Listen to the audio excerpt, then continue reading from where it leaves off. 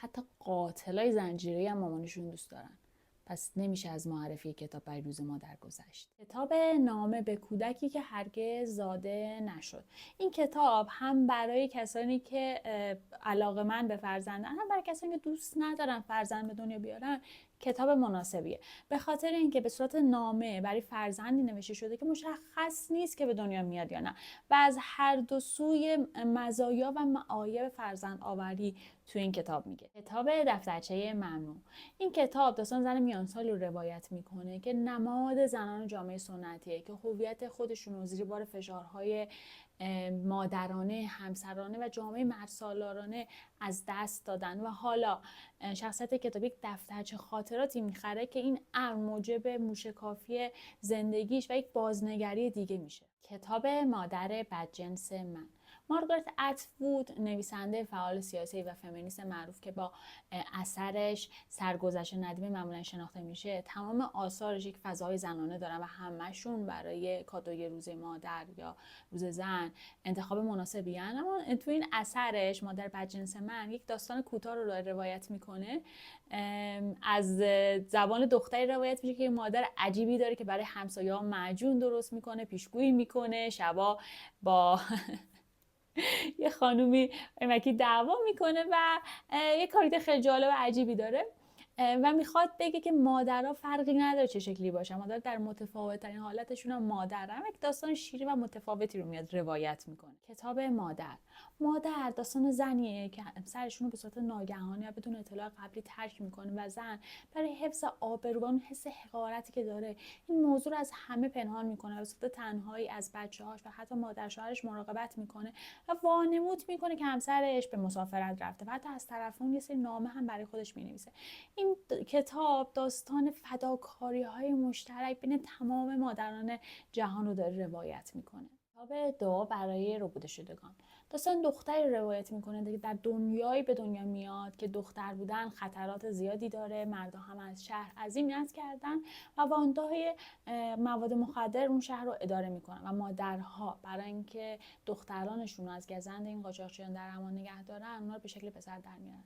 یه روایت متفاوت طنز و شیرینه از زنان و دختران در روستاهای دورافتاده مکزیک. کتاب زنان فوق‌العاده.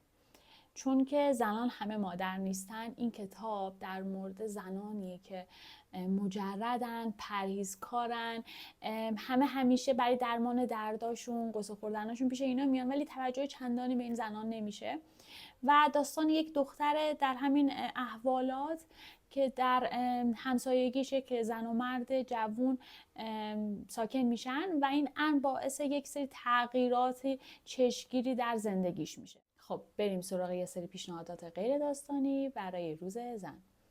کتاب خاطرات تاج السلطنه.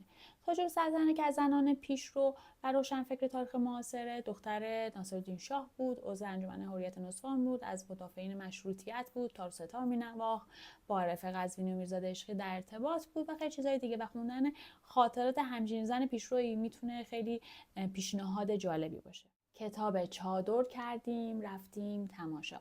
عالیه خانم شیرازی در زمانی که حتی مردها هم خیلی کم سفر میکردن تصمیم میگیره که بدون همسر و فرزندانش یک سفر به بمبئی و از اونجا به حج بره و اومده روایت این سفرش همراه با روزمرگیاش و اتفاقاتی که افتاده رو توی کتاب برای ما روایت کرده و در انتهای این سفرش هم اتفاقا به مدتی در تهران و در دربار ناصرالدین شاه بوده چون از فامیلای دورشون محسوب می شده. یک روایت خیلی بی‌پروا و دست اول هم از اتفاقاتی که در دربار می افتاده رو اومده روایت کرده که اینم خیلی جالبه و در یک بخشی هم به عروسی تاج السلطنه می پردازه اتفاقا. کتاب زنان و قدرت. این کتاب دو بخش داره. در بخش اول جایگاه زنان در اجتماع رو بررسی کرده و در بخش دوم قدرت زنان در جامعه رو بررسی کرده. در بخش اول با مرور افسانه و اساطیر اومده از اول تمدن به جایگاه اجتماعی زن در جامعه پرداخته و در بخش دوم به جایگاه قدرت زنان در جامعه پرداخته. کتاب 13 کاری که زنان دارای ذهن قوی انجام نمیدن. نویسنده توی اثر تلاش کرده با جدیدترین متد روانشناسی 13 تا عادت رایجی که زنان انجام میدن و اونا رو توی زندگی عقب نگه میداره رو شناسایی کرده و راه حل مقابله با اونا رو ارائه بده، مثل خودگویی منفی، ترس از تغییر، گیر کردن در اشتباهات گذشته یا احساس شدید برای نگه داشتن رضایت دیگران. کتاب خیلی روونه، خیلی جذاب، خیلی ساده است و خیلی کتاب کاربردی میتونه باشه.